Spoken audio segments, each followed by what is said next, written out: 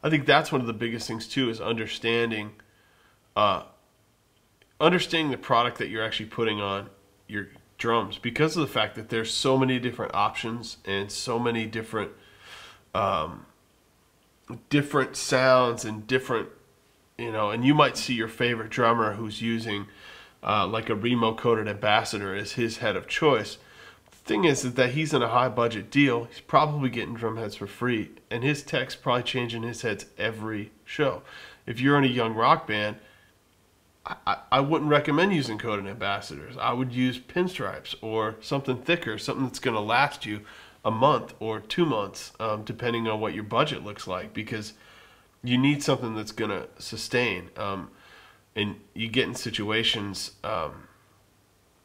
where, like a lot of these guys, I mean, even in my own situation, my own playing, I change snare drum head out every 2 shows, and because I feel like it needs it. And also I think as a player, as you get better and better, you start hitting, and you can see it on the drum, you kind of go from, a range about this big to smaller and smaller.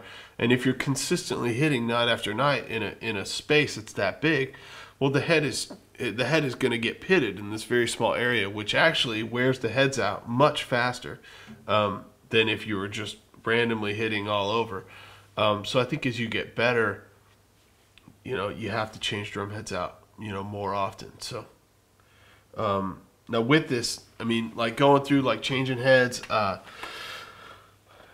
you have to like properly seat the head, and so I'll just like with this, now this head is about to be changed.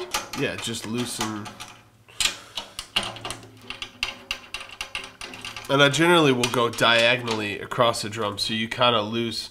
I don't want to like loosen all this side, because you do kind of risk warping the rim and things like that.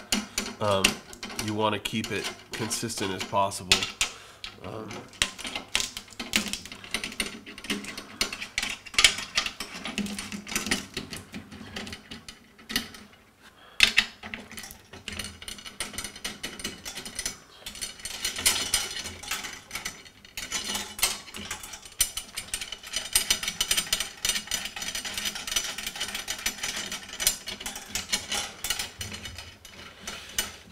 All right, so there you go. So here's a tip for changing drum heads out. I know you can't always do this, but it's something I try to do.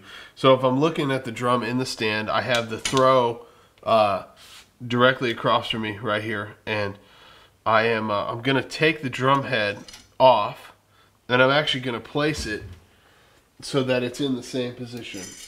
So when I put it back on, I'm actually putting the drum head, or the hoop, on the head at the same position.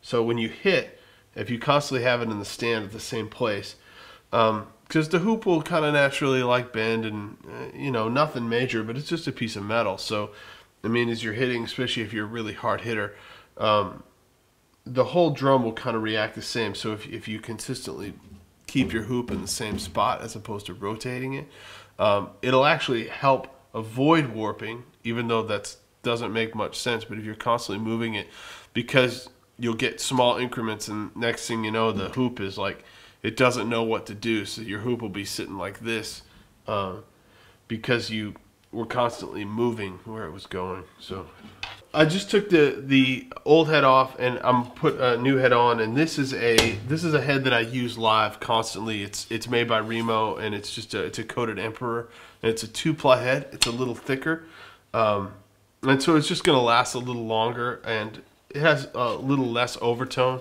and live engineers seem to like it a lot. So I've started using Emperors on most of my snare drums, especially for live. Now in the studio, I'll probably use an Ambassador, which is thinner. It's more open.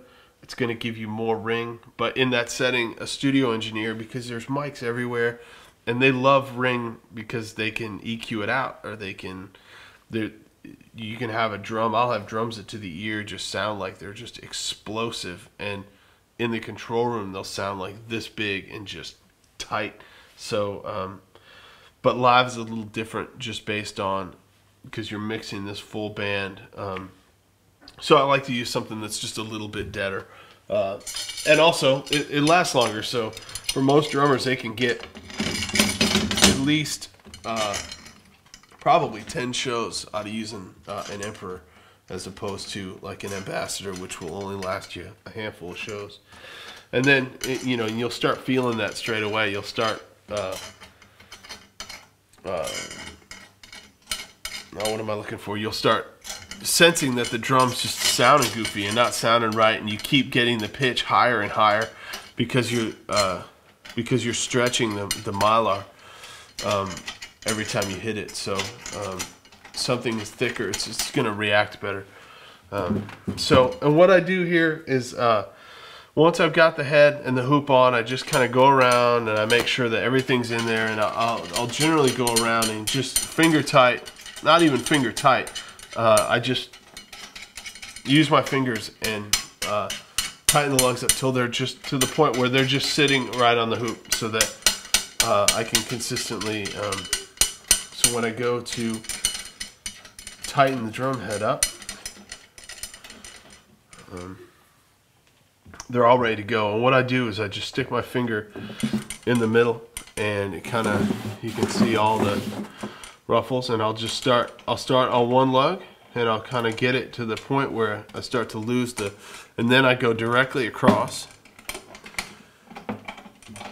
And then, as opposed to going to the next one, I actually skip, and I skip one, and so I go every other. So I'll go up here, and then I'll come across from there, and then again I'll skip one, and then I'll go across, and then I'll skip and go across. And so you're getting a really even tension point across the drum. So I'm basically doing sections. If I go from here to here, I've got this whole triangular section, and then from here to here, well, the width, I'm actually clamping the head down evenly over a width of about that big, as opposed to about that big. So it just helps, like, consistency wise with the drum. And then once I get it kind of to a point, and then you're back at zero. And then I'll just start going across in the same patterns. And then what I'll do is I'll take my finger off, and you can hear the drum head actually cracking, and that's what we call seating. And what's happening is the head, if you can see here, now this head is seated, and so you can actually see kind of a sharp edge around the head. Now when the head was brand new, it didn't really carry that characteristic. So you clamp it down, because that's how the tone is made. There's an edge on the drum, and as you clamp the head down, it's going to form to that edge. So if you stretch the head over that, the vibration of the drum is going to, you're going to be able to utilize that. So, and then once I get it tight, I'm actually going to go and just torque it down pretty good, like get it higher than you would actually play the drum. And what I'll actually do at this point, that it's real tight, I'll let it sit. And actually, the longer I can let it sit, the better. Like lots of times when I'm changing heads, I'll be the first guy out the bus in the morning, and I'll change all the heads in the backstage. Like the drum cases will roll off, and I'll crack them open. And sometimes at 10 in the morning, I will torque all the heads down. As you can hear it cracking and popping right now. And that's good. It's really settling in on the drum. And I will change the drum heads at, let's say, 10 in the morning, and I'll go and eat lunch, and then we'll come back, and I'll come back at 1 if we sound check at 2, and I'll actually at that point loosen the heads, and then go back down and tune them all for they're ready to go. So kind of the longer you can let them sit, the better. And Some guys do it overnight. And then, I mean, you get in a pinch and sometimes you just need to crank it down, and 2 minutes later you need to just do it, or you don't always get the opportunity. But in an ideal world, I like to at least let them sit for at least 15 to 20 minutes. And if you can let them sit longer, let them sit longer. But if you can't, I understand.